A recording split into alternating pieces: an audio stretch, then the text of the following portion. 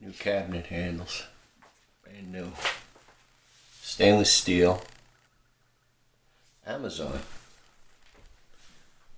These are actually Ikea kitchen cabinets, so I says, let me do the right thing and order again from Ikea, but they're out of their minds. These in Ikea stainless steel, pretty basically the same thing, were $10.99 for a 2-pack, so I would need 20, so I need 10 packs.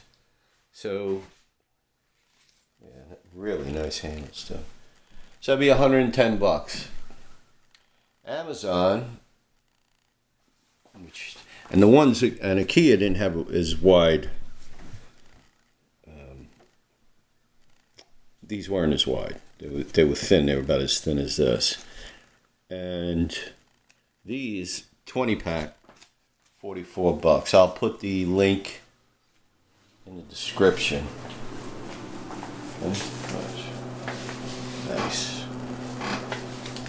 Like I said, this stainless steel.